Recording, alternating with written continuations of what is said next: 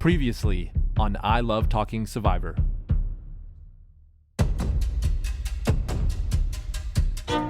Hear ye! Hear ye! My name is Samuel Seabury, and I present free thoughts on the proceedings of the Continental Congress. All right. The fans selected this final test, and you know the competition is tough. Winner pleads their case to the jury. Losers all exposed to the final snuff. Check your panties. About 175,000 rice. I think that was supposed to be pantries. Anyway, Rizzo, you become the final member of our jury. Take a spot over here. This is it. These are the people. Their games fell a little short, but this is the group that is going to figure out what just happened. They didn't show the fire. Fire hasn't happened yet. Huh? The fire hasn't happened yet. Keep going, Jonathan. I'm not even sure what's happened, but up next. Brother? I'm gonna have a brother? I've always dreamed about having a brother. Speak of the devil. Oh, brother! Brother? I'm Paul. You must be Tommy. Brothers don't shake hands. Brothers gotta hug. Who is it? That's my brother, dude. No, I think that's my brother. Is it? That's my brother! Yes! That's my brother!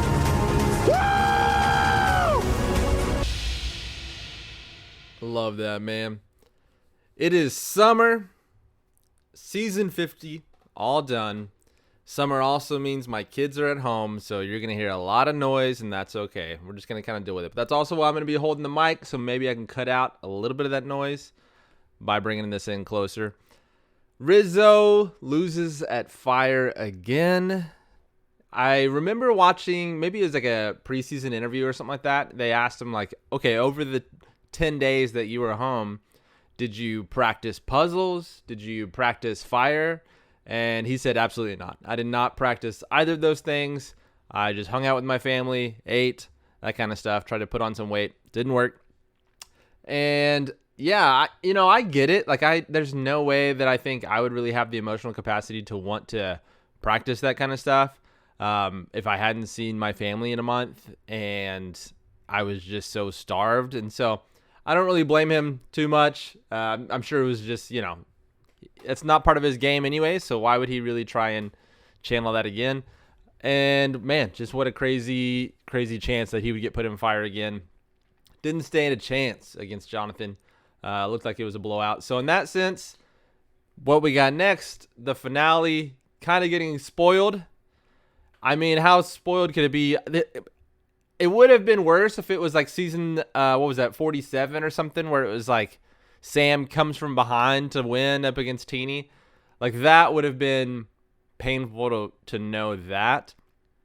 But this, it was like you knew within 10 seconds of watching that, like, Rizzo has absolutely no chance. And so, we just got kind of like let's just kind of expedite this because there's obviously no chance. Anyways, even Joe is saying, like, at least give the man a sword. Like, yeah, if that doesn't clue you into, like, there's no chance of this happening, I don't know what else will. What a good guy Joe is, man. What a good dude. I'm just so glad he gets another one of those scenes where it's just sort of like shows his personality. And I got some thoughts on this later, but it's just what we get to see from Joe throughout the season.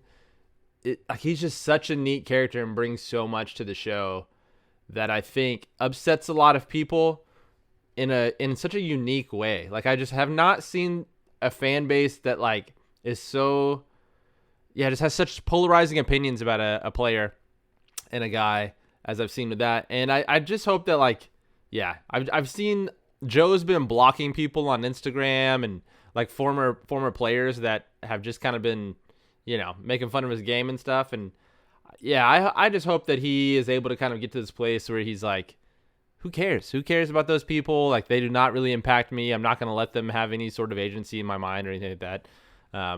But he's such a great guy, and I hope we get to see him again later too. The live finale in general, my thoughts on that. I kind of like the aspect of checking in with people as opposed to just doing a huge block at the end. So if you haven't watched seasons in the past before they started doing the finale on the island, basically what they would do is they would have a 30-minute show after the finale that on your, if you go watch on Paramount, I think it's even a different episode to watch it. And they would reveal the votes, they would talk with the winner and usually second place, third place, something like that. And they usually talk to kind of like one of the main characters of the season. And then they would usually get into different, conflicts or relationships, things like that. And just kind of ping pong around through the other contestants. And then they would also like go into the audience and there might be like a, famous fan or somebody's family member, or, he would find some little kid and say, what does Survivor mean to you? And like that kind of thing. And it was honestly, the majority of it was pretty awkward and uncomfortable and didn't really like give us anything. I think the coolest stuff was seeing them dressed up, seeing them, their glow up from the island to what they kind of look like in real life. And then I would also say it was cool to like hear from the winner afterwards, see their reaction, stuff like that. But I'm like, the most part, you do usually have a bunch of people, and this is what Jeff has talked about. He's like, the reason that isn't good TV, isn't good story, is because people just defending themselves from the edit that they just watched for the past year. There's a lizard right outside my window crawling around, and he's doing one of these things. You ever see a lizard do this? I'm going to do it right back at him. And it's just, and I agree with him. It's just a lot of people just saying like, well, what they didn't show you was, and then he'd have to just cut him off and be like, okay, whatever, that's not interesting. So yeah, I do like some of this like check-in stuff throughout the episode. It's quick. You get some people you want to talk to, kind of move on. And then at the end, he did a good job of like, all right, let's go to the final three and like talk to them, who everybody's interested in. But yeah, I don't need to hear from Angelina telling us about what she thinks about the women being edited and their confessional times and all that stuff. Like, just move on, dude. Like, let's just kind of go on. Or let's go to Charlie and hear about his rivalry with Rizzo and his thoughts on that. And it's like, no, I don't need to hear about that. Like, let's just, if we get it to us in a future season. Like, that would be actually good storytelling. I don't need to hear it right now. So, live finale, if they keep it on the island, I wouldn't hate it. Honestly, don't really care that much either way. They do actually, so now that they do the live finale on the island, like as soon as the votes are read, the thing that sucks about that is second place is usually devastated. Second and third place are usually like pretty devastated. And so it's not a great watch in that way of just like watching Xander eating that cold pizza after getting, I think like no votes or whatever, was just like the saddest thing. And then, last year, Sage got like torn into by this jury. Similar to what you saw with Joe, where it's like some people kind of like went in at him. I think Sage got it so much worse last year. And so she was just kind of an emotional wreck like at the finale where she found out she lost. She just got like chastised for a few hours. And so, that part is a pretty hard watch. And it's also, you don't get to see any of the pre-jury people at all. And so it's not even like, remember this guy. Some of that's kind of fun to do, of just like, remember this person. It's like going through my old baseball cards or something. And it's like, oh yeah, I remember that guy. And then you just kind of move on. But so we don't get any of that. So that's kind of a downside. But I could kind of see both ways. And then obviously like the mix up where, Jeff just kind of makes a mistake. Like that stuff's going to happen. I thought he handled it like relatively well. I'm just not one of these people that's like, ooh, awkward. Like, oh, that's so cringe. Like, I just don't. Like, who cares? Just move on. Like, it's all right. Like, we make fun of it, move on. And I think it kind of fits with the theme of the season, too, of, like, let's like, laughter and joy and just kind of, like, having fun were such big themes throughout the season. And in a way, like, Jeff got to do that here, too. And so, there was even, like, something I was thinking about. Somebody made a mistake in the game, and then their response was to just kind of like laugh at it and just kind of like move on. Oh, when Aubrey like didn't play her idol, and she was like, oh, I forgot about it. Like she kind of lied and like made up that, and then she was able to kind of like laugh about it later. I'm like, even that is kind of like parallel of just kind of what we're looking at here. It's like, just have fun with it, move on. That's the best way to kind of like take some of this stuff in stride. And I don't think it was really that big of a deal, but I'm sure some people, going to have some big opinions and thoughts on it. The family visit, I am glad we got family visit. I thought it was going to be at 7, like it traditionally is.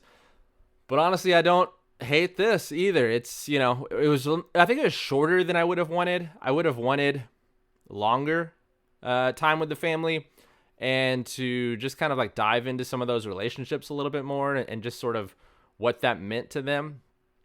And yeah, but I guess it's pretty like, it's a good parallel between what we normally get at 7. I think at 7, usually kind of like a minute with each person, but it's obviously, 7 minutes long, whatever. And here we kind of got like a minute and a half, 2 minutes for each person. I did have, so yeah, the family thing, there's some neat things there. Joe is talking with his wife on the beach. And I went back and looked at season 48. I'm fairly certain that's the exact same spot, because usually they use the same merge beach. It's the same spot where he sort of like had this confessional about his sister, where he just kind of opens up, and some people thought it was weird that we had got to kind of get insight into that. But I'm willing to bet that after Joe in season 48 has his family visit, he's talking to Shaheen and Kyle about his sister and just sort of navigating a lot of the emotions that he's had there. And he, I think, genuinely came away with like a reflection that he just wishes he could process more of that out loud and sort of like say some of the stuff out loud that he's never gotten to kind of say. And so he wanted to do that in some capacity. And so he presented that to the producers. They asked him, hey, is it cool if we kind of come with you in that journey? And then he, on the beach, talks to his sister, his deceased sister, and sort of lays out his thoughts and his regrets and, in a way like ask for forgiveness.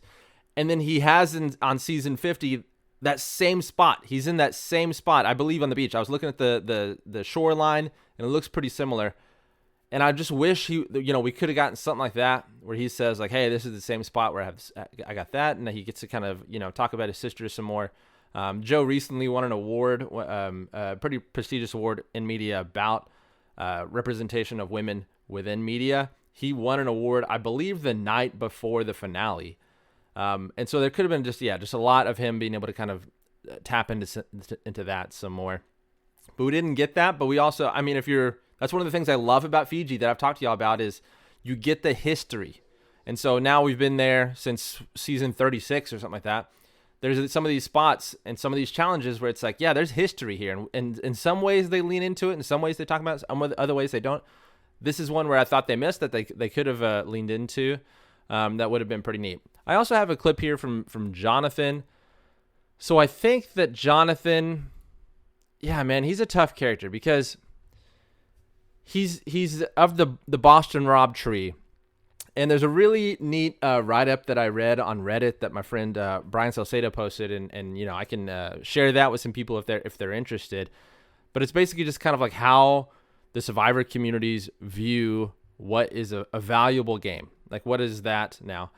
And the Boston Rob way of doing things, where it's like you're great at challenges, you're sort of this like maternal person around camp. Wait, is it maternal? For patriarch? I don't know.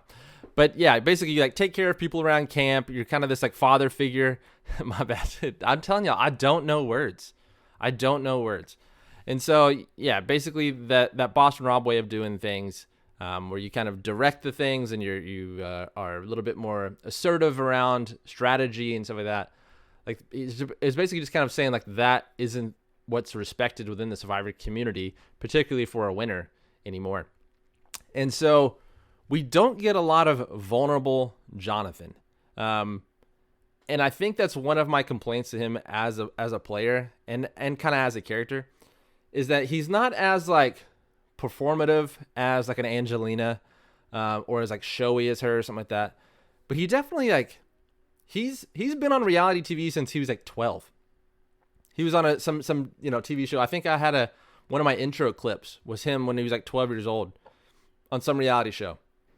And then he, did an HGTV show where him and his Mario-looking brother were flipping houses or something like that. And then he's done some other stuff where it's like he's been in the wrestling community for a while. He used to kind of like help some wrestlers with some stuff. And so there's something there that is sort of like he wants to be on TV, or, you know, there's some people that are like very clearly trying to be influencers, like Sophie Bayardi from last year. It's like she felt like she was on Survivor to help her influencing career. And I think we're going to get some of that in season 51 too, from what I'm seeing.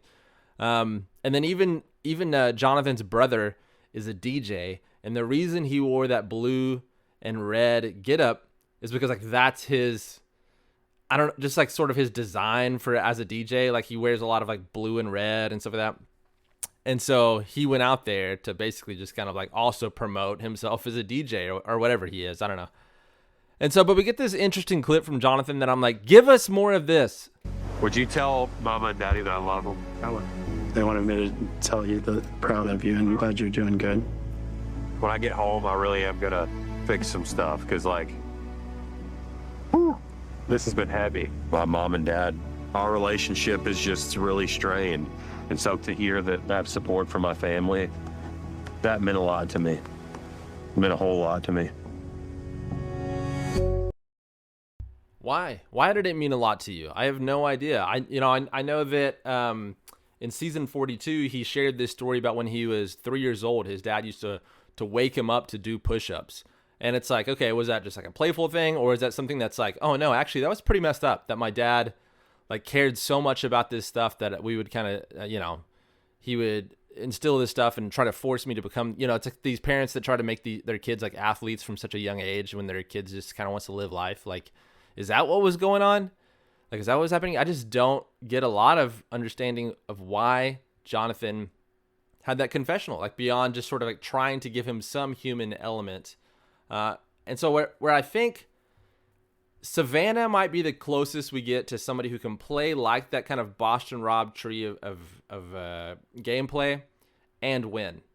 Because she admittedly wasn't a vulnerable person. From her first season, she said that. And then even when she got eliminated this season, she talks about, like, I'm not a very vulnerable person. I'm trying to get better at that.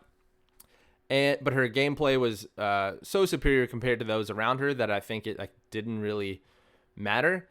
And I also think that it does help that she's a woman in the new era. I've kind of had this thought, and it's a rough thought, and hopefully you guys understand like kind of what I'm saying by this. But I do think that because Survivor treated minorities and women so poorly for decades in the way that they showed people, in the way that the jury would respond to people, and just kind of like the questions that they would give women and minorities compared to what they would give white men, it was at times just like straight up like, how was this on TV? And then you go watch it and you're like, this was the world that we lived in? No, some of that stuff was weird back then too. I don't like that sometimes we look at some of that stuff and people say like, well, it was the early 2000s. No, it was weird then too. And so I do think like in the new era, there is like, I find myself rooting for, we come into a season, I'm rooting for the black men because for season after season after season, they cast black men that have no chance at this. They purposely cast black men that are polarizing figures or like very talkative and like just the kind of, if you watch a season, there's probably about half the cast, a third of the cast that actually has a chance to win. And then the rest, it's like some kind of miracle has to happen. But like they might just be way too polarizing or way too assertive or way too of a dominating personality to ever really make it through to the end and like be on the favor of people. And so when they cast a person of color or a woman that's just sort of like like they are good at this game, they have the social chops, and they're just like a normal, likable person, then I'm like, okay, nice. We actually have somebody on this cast that's not just sort of like checking this box of like, yep, we got a brown person. Yep, we got a woman. But it's like, no, you've actually given us somebody that can actually win this game. And they know at this point, like, okay, this person actually has a chance. And Jeff has talked about this in preseason interviews, like, no, this person doesn't have a chance. Like they would have to do this in order to kind of make it happen. And so I find myself going into a season often rooting for the black men because I want a black male winner, like just to kind of like balance out the scales of the history of Survivor, And so I do think that like in the new era, you have, particularly if you're a fan of the show, like you're going to have a desire that kind of aligns with that, where it's like you want to see some representation that you historically have not seen. And so that might be a woman, that might be a person of color. And so I do think like that was also kind of like working in Savannah's favor from the beginning. But I will say, I think Savannah, just isolated, is a very, very good player as well, irregardless of her gender or her race. And so I think if Jonathan, somebody like Jonathan, is going to win this game, it's going to have to come at a point where he has become a legacy player. Like, I do not think that like the Boston Rob tree of playing is going to ever really get somebody a win, you know, barring something like that people are really rooting for some representation that, you know, represent their season and also represent the game of Survivor beyond what we've historically seen. But I think somebody like Jonathan, if he might be able to win on his 4th try, 5th try, because then he's going to have a story that represents what Aubrey's going through. And so Aubrey basically has her win was one of, there is some strategy there. I've talked about it before, but I do think like her jumping from Devins and Emily and Christian, man, that lizard's huge. There's like a 2-foot lizard out there. I bet that thing would sell for a lot of money somewhere. I'm going to go put that thing in my trunk. Just kidding. Aubrey had some strategy, jumping ship from an alliance that was going to flounder. And I'm sure some people, and some seasons you see like, oh, well, that's not good gameplay that you had to jump ship. The truth is, it's like you're going to make decisions that are not the best. And then it is just kind of like from this point where you stand right now, what is the optimal move that you can make? Forgetting the past. The past is what it is. You did what it did. You made a mistake. Now what's the best thing that you can do? And I think Aubrey did that when she went and teamed up with Jonathan, knowing that, yeah, she could beat him. I think she knew that. And then not to mention that I've told y'all this too. In the new era, you have to be able to either win immunity in the final like 6 or 7. There you go. Or you have to be able to win fire. And Aubrey wins immunity at a time when she was going to get voted out. No doubt she was going to get voted out. There was no combination for all 3 of those guys where it made sense to keep Aubrey. And so if Aubrey didn't know how to make fire, she was gone. If she wasn't able to win immunity, she was going to be gone. And so that's why my whole team for my fantasy team this year was people that I thought had actual capabilities to win immunity or win at fire at the very end. Because the rest, there's kind of a lot of luck that has to go into to just get to the final 6. And so let me at least bank on the thing that I know, which is who has an actual possibility of winning immunity here. And Aubrey pulled it out, dude. And so I think like that too is another thing that's sort of like most of the jury. Yeah, I forgot who kind of talked about this. Maybe it was either Christian or like Rob C. He's like, when you look at Jonathan and he wins immunity, there's kind of this like, yeah, of course he won an immunity. Look at him. He's huge. And so it's not as respected to see him when he shows up to tribal with the necklace on.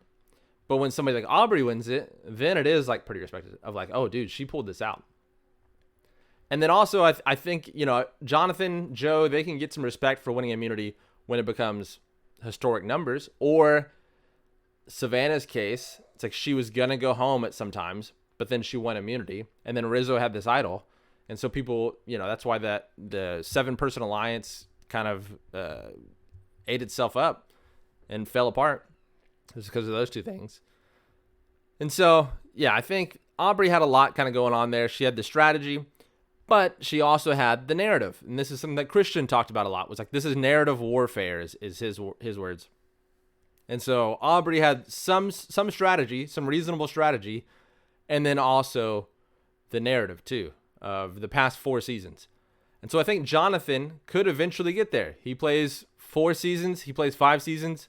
Well, he's going to have a story to show off beyond just, hey, I lost at Final 2 or at Final 4 to fire making or whatever.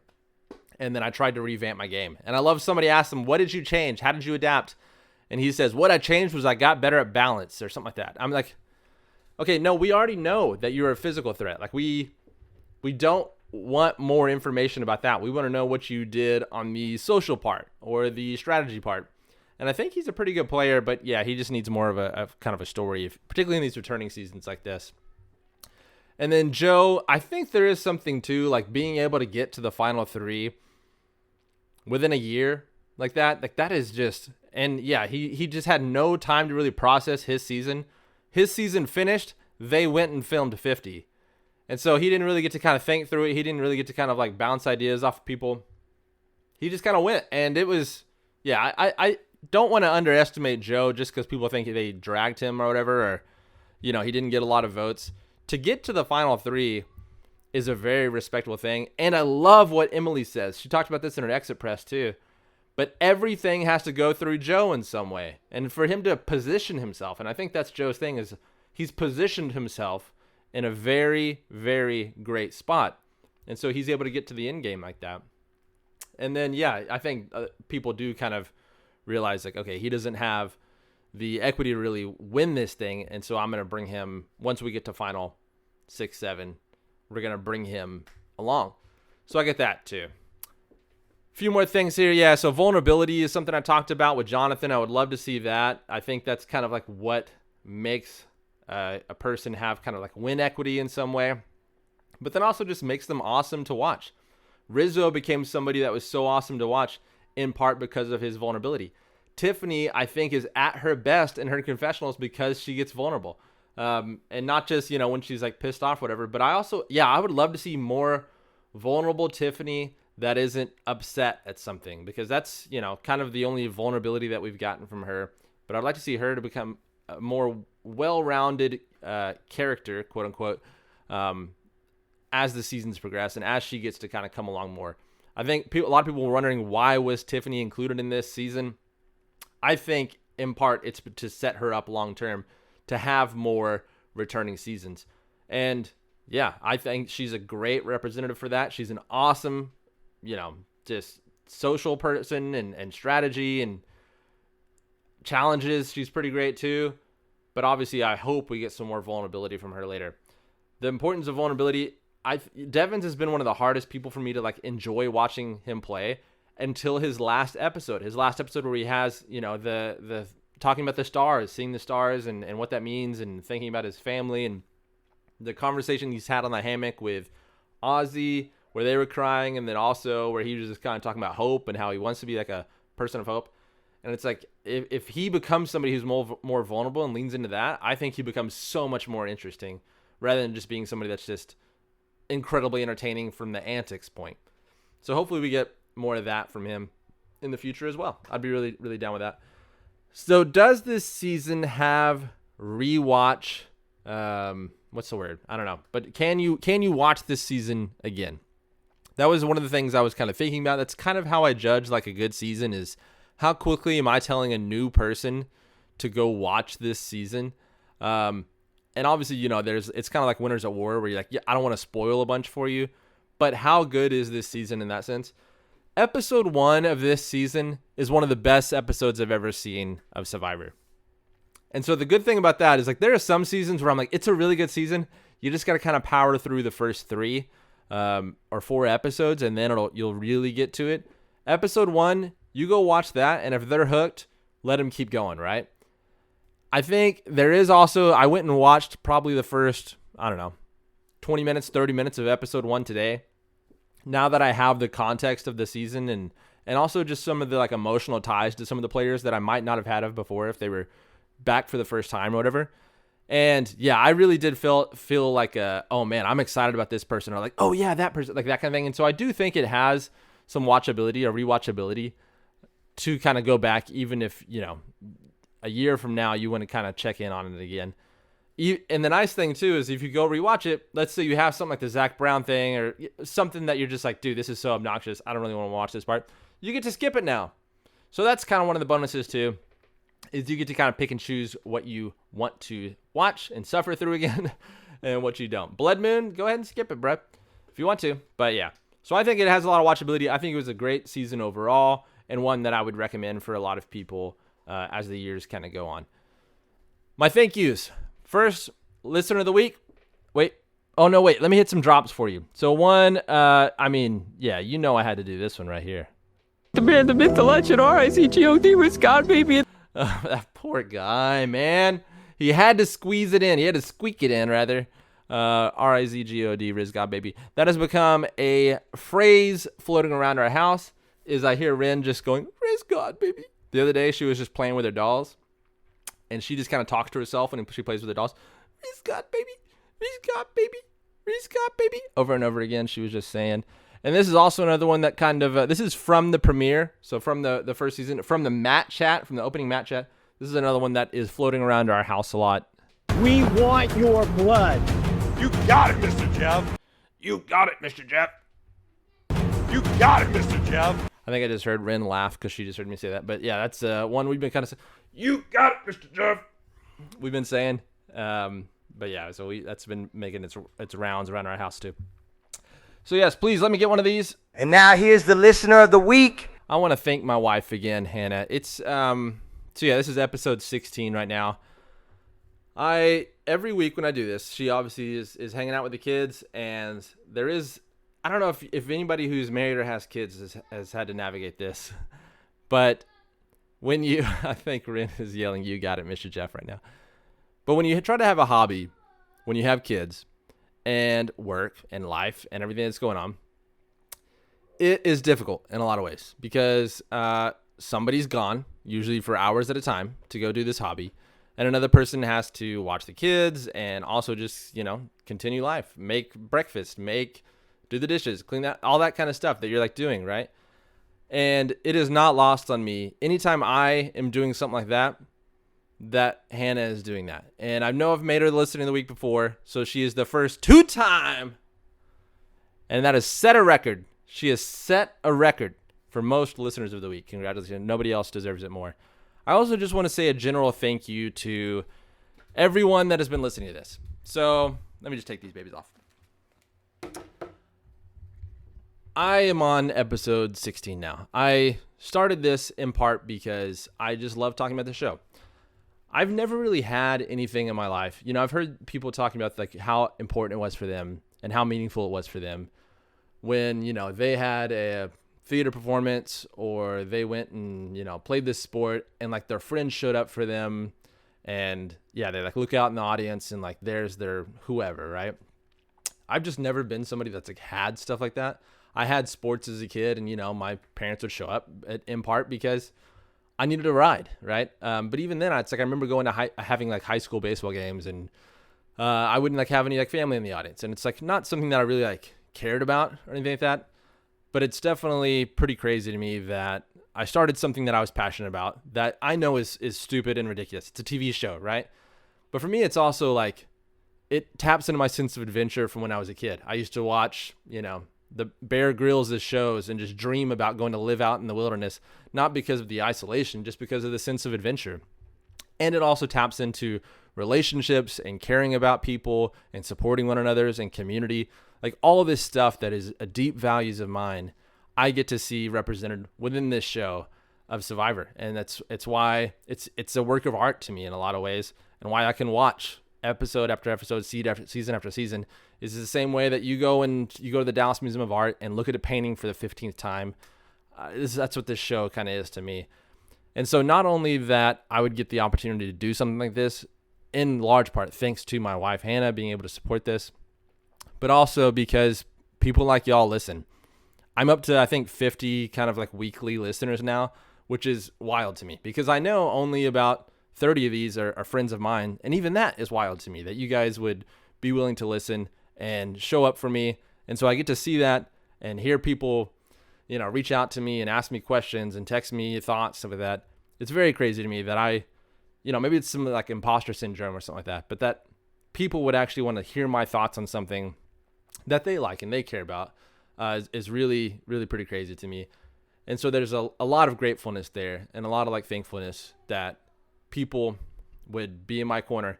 And I hope to continue to bring you good content. And I hope to, do some stuff over this break too. I plan on interviewing a few different people, taking some Q&A, stuff like that. But I'm very appreciative of that. Last thing also, congratulations to Chelsea Davis up in Denton, Texas, who won our fantasy team. She had Aubrey on hers. We kind of made fun of her a lot of the season for having Aubrey because it looked like Aubrey was just such a downer and such a contrast to a season of fun. She was, I think I called her often the horse tranquilizer of the season. But hey, you pull out a win, you pull out a win. So congratulations to Chelsea. And thank you so much for watching. I am so appreciative of that. And I look forward to, just doing some more of this stuff and having fun with the hobby that I love so much. Take care. Bye. Thank you for listening to my Daddy Survivor podcast. Got nothing for ya? Head back to camp. Love you. Bye.